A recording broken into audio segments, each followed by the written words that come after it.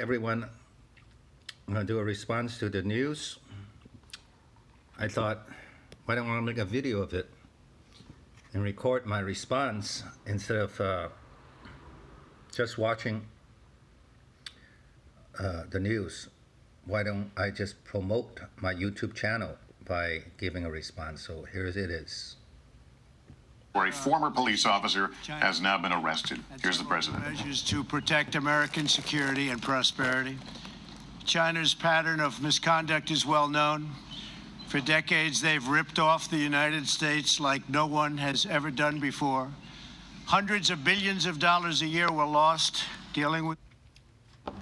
On this matter about China and brothers Donald Trump's feeling toward China has been going on for 30 years. So it's not like all of a sudden he changed his stance. He always been like that. If you look at some of the old videos,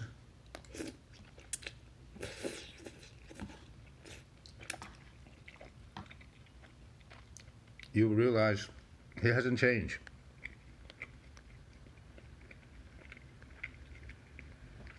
But now he could do something about it. Before he was talking about it 30 years ago when he was a rather young man,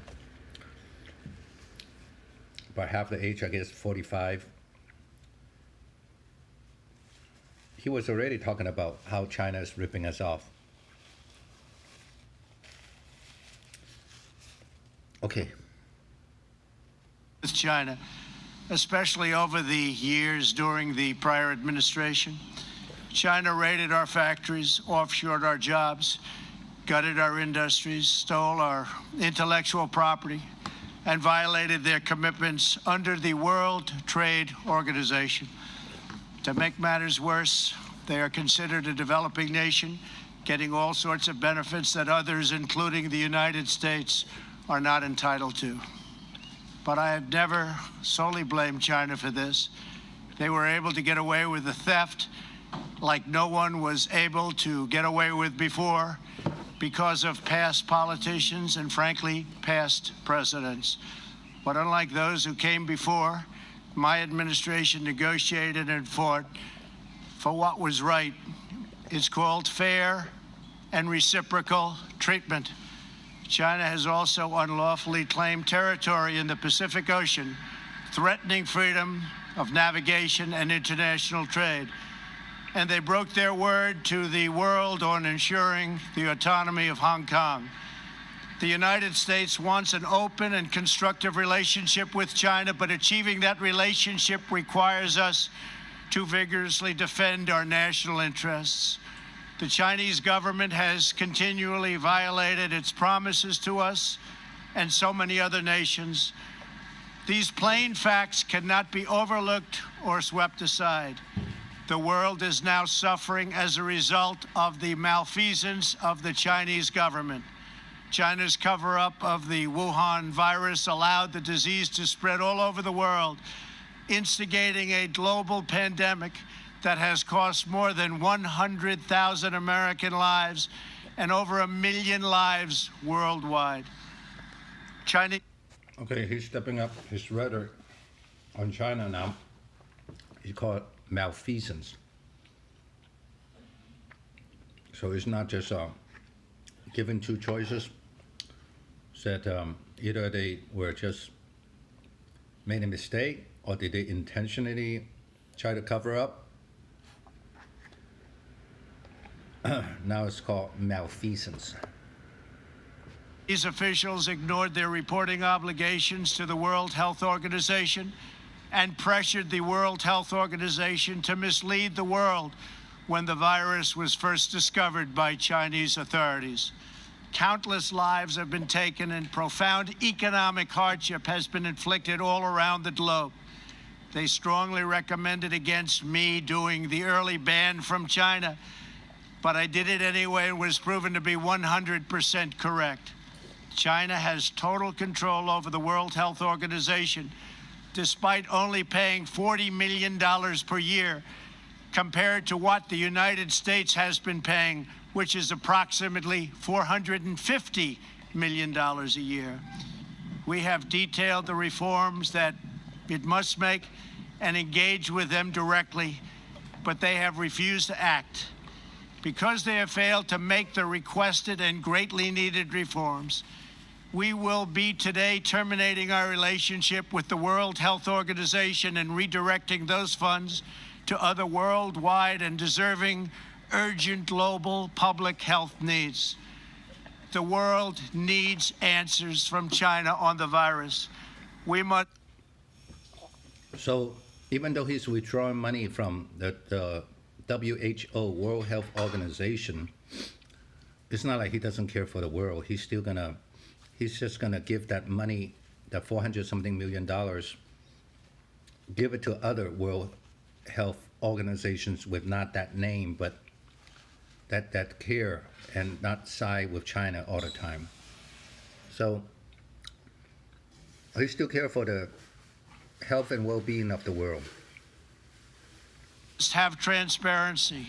Why is it that China shut off infected people from Wuhan to all other parts of China?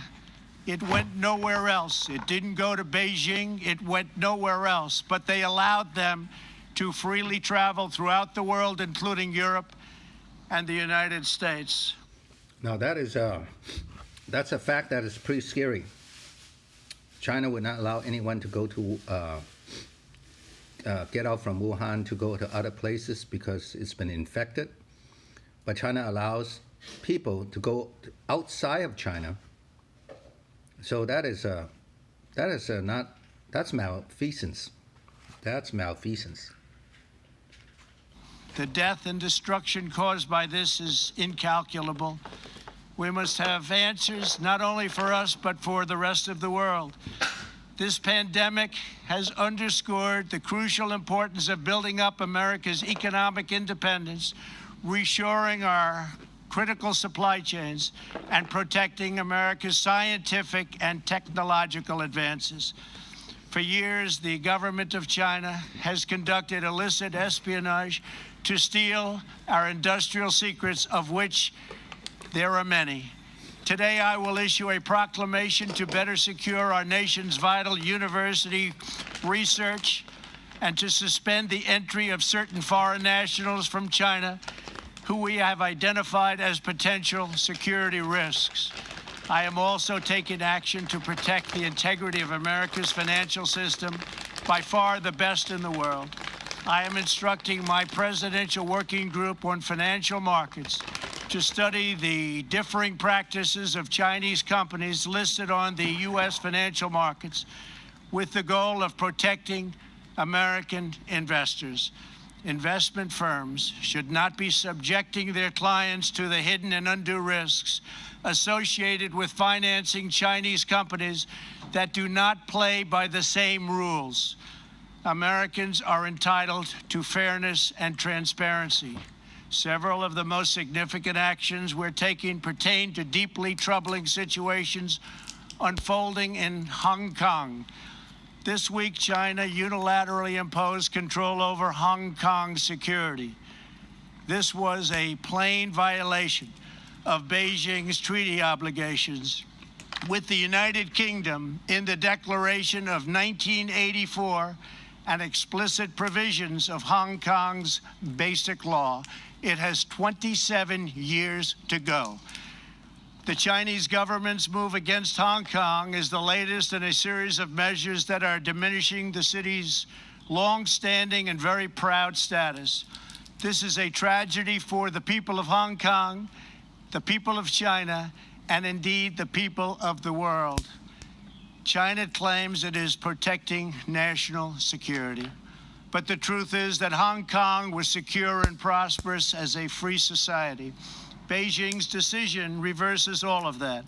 It extends the reach of China's invasive state security apparatus into what was formerly a bastion of liberty. China's latest incursion, along with other recent developments that degraded the territory's freedoms, makes clear that Hong Kong is no longer sufficiently autonomous to warrant the special treatment that we have afforded the territory since the handover. China has replaced its promised formula of one country, two systems with one country, one system. Therefore, I am directing my administration to begin the process of eliminating policy exemptions that give Hong Kong different and special treatment. My announcement today will affect the full range of agreements we have with Hong Kong, from our extradition treaty to our... It's too bad. It's too bad China's basically try to take away the freedom that is in Hong Kong. It's no longer one country, two systems. Now it's one country, one system, and taking control of Hong Kong. And Hong Kong is a major financial institution. And I was born in Hong Kong. So it's sad what China is doing. Now the U.S. is pulling out or stop giving special treatment to Hong Kong because China is now not taking away the freedom from Hong Kong. It's too bad. Export controls on dual-use technologies and more, with few exceptions. We will be revising the State Department's travel advisory for Hong Kong to reflect the increased danger of surveillance and punishment by the Chinese state security apparatus. We will take action to revoke Hong Kong's preferential treatment as a separate customs and travel territory from the rest of China. The United States will also take necessary steps to sanction PRC and Hong Kong officials directly or indirectly involved in eroding Hong Kong's autonomy and just, if you take a look, absolutely smothering Hong Kong's freedom. Our actions will be strong. Our actions will be meaningful. More than 2 decades ago, on a rainy night in 1997, British soldiers lowered the Union flag and Chinese soldiers raised the Chinese flag in Hong Kong. The people of Hong Kong felt simultaneously proud of their Chinese heritage and their unique Hong Kong identity. The people of Hong Kong hoped that in the years and decades to come, China would increasingly come to resemble its most radiant and dynamic city. The rest of the world was electrified by a sense of optimism that Hong Kong was a glimpse into China's future, not that Hong Kong would grow into a reflection of China's past. In every decision, I will continue to proudly defend and protect the workers, families, and citizens of the United States of America. Thank you very much. Thank you.